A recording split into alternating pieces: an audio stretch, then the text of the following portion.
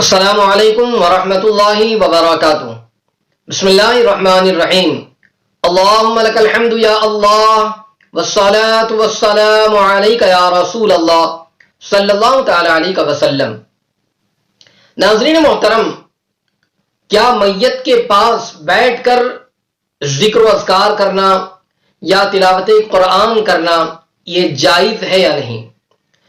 آپ نے دیکھا ہوگا کہ جب کبھی گھر پر انتقال ہو جائے کسی کے تو میت رکھی ہوتی ہے، کبھی کبھار غسل سے پہلے بہت سارے لوگ میت کے سرانے بیٹھ کر ذکر و اذکار کرتے ہیں، تلاوت کلام کرتے ہیں، یا کبھی کبھار غسل کے بعد اب میت تیار ہے مگر اس کے قریب بیٹھ کر لوگ تلاوت کلام کرتے ہیں یا ذکر و اذکار تسبیح و تحلیل کرتے ہیں، تو کیا اس طریقے سے میت کے پاس بیٹھ کر تلاوت کلام کرنا یا ذکر و اذکار کرنا، تسبیح و تحلیل، کیا یہ جائز اور درست ہے یا نہیں کہ میت کسی اور کمرے میں ہو اور ذکر و اذکار کسی اور کمرے میں کیا جائے؟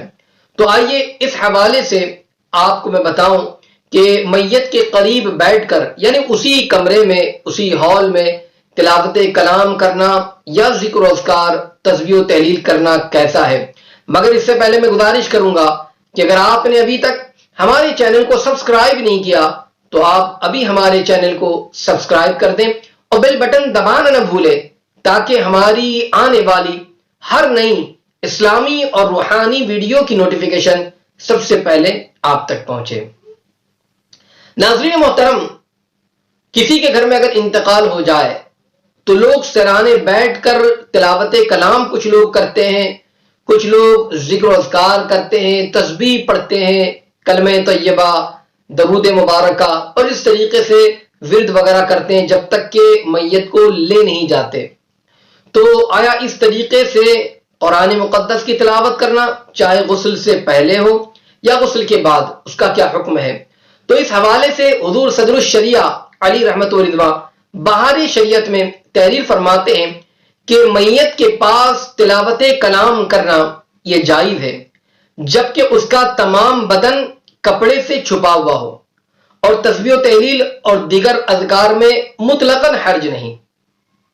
تو پتہ یہ چلا کہ اگر میت جو ہے بالکل ستر میں ہے، اس کا بدن ڈھکا ہوا ہے، کپڑے سے اچھے انداز سے چھپا ہوا ہے، تو اب اس کے قریب بیٹھ کر تلاوت کلام کرنے میں، ذکر و اذکار کرنے میں، تسبیح و تحلیل پڑھنے میں کوئی حرج نہیں۔ تلاوت کلام بھی اس کے سرانے بیٹھ کر کرنا یہ جائز ہے اور تسبیح و تحلیل میں تو کوئی حرج ہی نہیں ہے۔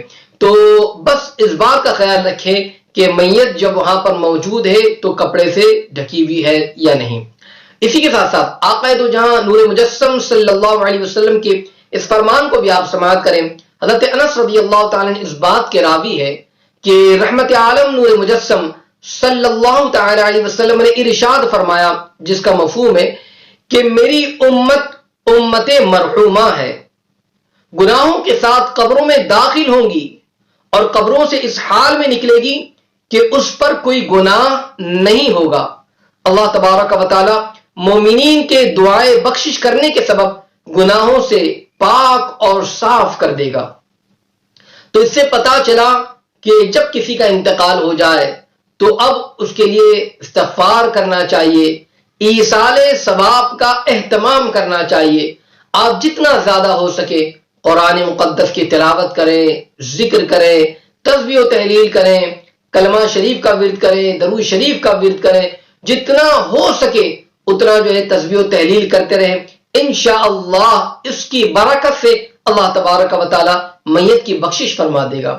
تو اس لیے اس کا خاص طور سے خیال رکھیں، میت قریب ہے تب بھی آپ بیٹھ کر ذکر و اذکار، تسبیح و تحلیل، تلاوت کلام کریں، اور دفنانے کے بعد بھی ایصال ثواب کا خاص طور سے اہتمام کریں۔